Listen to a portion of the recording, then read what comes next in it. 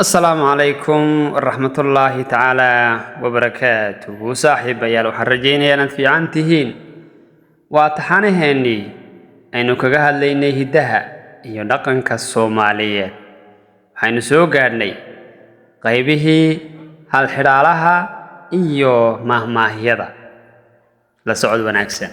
aynu ku bilowno hal xiraalaha wuxuu yiri waxaan muuqan meel la ka jirin oo muskeenan u taagan maare waxaan hadhin hawla ku tarin oo hareertaada taagan ii sheeg nagarat waxaan muuqan meel la ka jirin oo muskaadan u taagan ama muskeenna u taagan waa mowd waa mowd waa kuwa buanku lahaa weliyow sidaad mooday iyo maruhu waa been weliyow waxaad mooday iyo maruhu waa beene waxaad moodi mowdkaas sokoda kaaga soo mari malaku mowdu dee uu kula socdaa sooma gooraad iban ku warantid marka wuxuu yidhi waxaan muuqan meel laga jirin oo muskaadan u taagan maare kalan wuxuu yidhi waxaan hadhin hawla kuu tarin hareertaada taagan ii sheeg wuu ku garab soconaya waxna kuma qabanayo kaasuu ugu jawaabay waxaan hadhin hawla kuu tarin hareertaada taagan waa hoos muxuu ku qabanaya waa hal xiraalihii saddexaad ee wuxuu yidhi waxaa socodka diin kale dabayshana ka orodheer een daalin ii sheeg waa wax socodka diin leh diinku la socod yahay dabayshana waa ka orod badan yahay haddana ma daalayo wuu jawaabay wuxuu yidhi waxa socodka diin kale dabayshana ka orodheer een daalin sheegaye waa dayaxa dusha mara dayaxa ma aragtay wayaan buu yidhi waa hal xidhaalihii afraade wuxuu yidhi wax dibira la jiifo gaajana la daaco cuntada diida ii sheeg dibiru la jiifaa gaajana waa la daacahaya gaajo lala daacmayna aragbe haddana cuntada ma ogola wuu dibirsan yahay qofkani gaajuu laskaraad yahay cuntadiina ma ogola wuxuu yidhi wax dibira la jiifo gaajana la daaco cuntada diida sheegaye waa dumarka uurka leh waa hal xidhaalihii afraade wuxuu yidhi wax dugaaga raaco dibaddaana meero dad la mooda ii sheeg waa wax dugaaga raacahaya oo dibaddaa iska maraya oo bannaanada ordaya dadkana u eg waa garan adigu wuu u jawaabay wuxuu yidhi wax dugaaga raaco dibaddaana meero dad la mooda sheegaye daanyeerka weeyaan inta aan kaga gudubno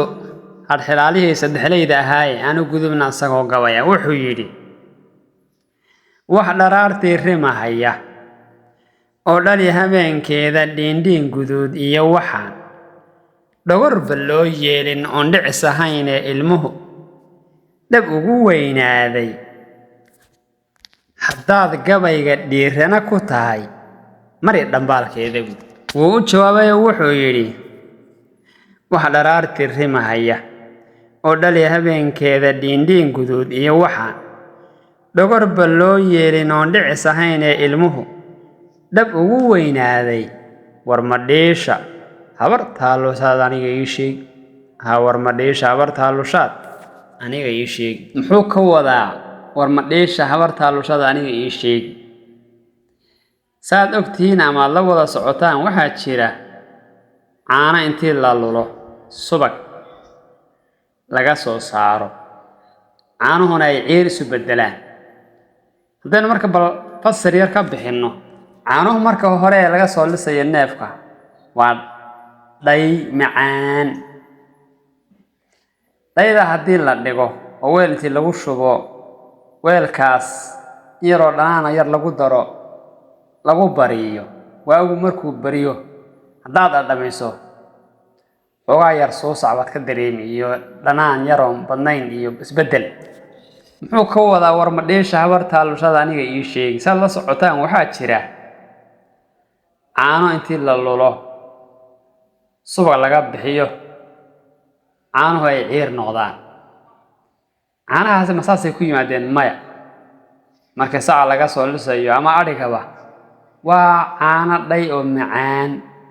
laakiin si loo lulo subagna looga soo saaro caanaha weel baa lagu shubaa dhanaan yarna waa lagu daraa haddaad 5 saac habeenimo soo kacdo waxaad arkaysaa caanihi isbedelay oo dhadhankoodu isbedelay oo maaragtay si soo saca dhadhamaya kol walba ay sii dhawaadaan oo habeen waa bariga u sii dhawaadaan oo sii bedel marka u dambaysa ee waagu bariyo waxaad u imaanaysaa caanihi oo fadhiistay oo garoor bay noqonayaan haddii geel yihiinna may dhanaan bay noqonayaan caanaha garoorka ahaa waa caana fadhiyo fudud camal noqday kadibna dheel baa lagu gadiyaa iyagoo fadhiya biyo yar baa lagu daraa kadibna waa la luxaa si loo lulayo subag ayaa laga soo saaraa marka waa caano saaka عندها وعنا عاول لديه ساكن للوليو مركب وكا سو قاداي neef intii habeenkii la saarto aroortii dhalaya laakiin wax walba kaaga duwo wuxuu yiri wax dharaartii rimahayo dhali habeenkeeda ama intii habeenkii rim maalinkeeda dhalaya dadana saadan xoolo u madu wuxuu yiri dhiin guduud iyo waxaan dhogorba loo yeelay midaba male oo hadaan dhicis ahayn oo ilmuhu dhab ugu weynaado kuma ka tiraahdo waxaan dheedheeno iyo dhogorba loo yeelay midaba loo yeelay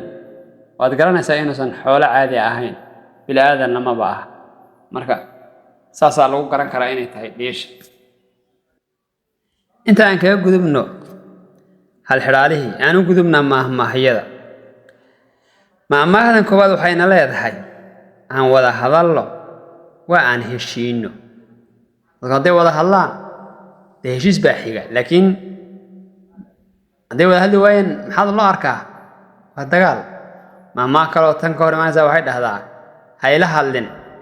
waa dagaal horti kama hor imaanaysa way fasiraysaa hayla hadlin waa dagaal horti oo haduu yiraahdo wareehoy amaanka igu dadaal hayla hadlin mar dambe ha ka soo dhow feer inuu ku duubto oo Soomaa wadana madax talabaad waxay leedahay abaal dad gala badan dad gudaasa yar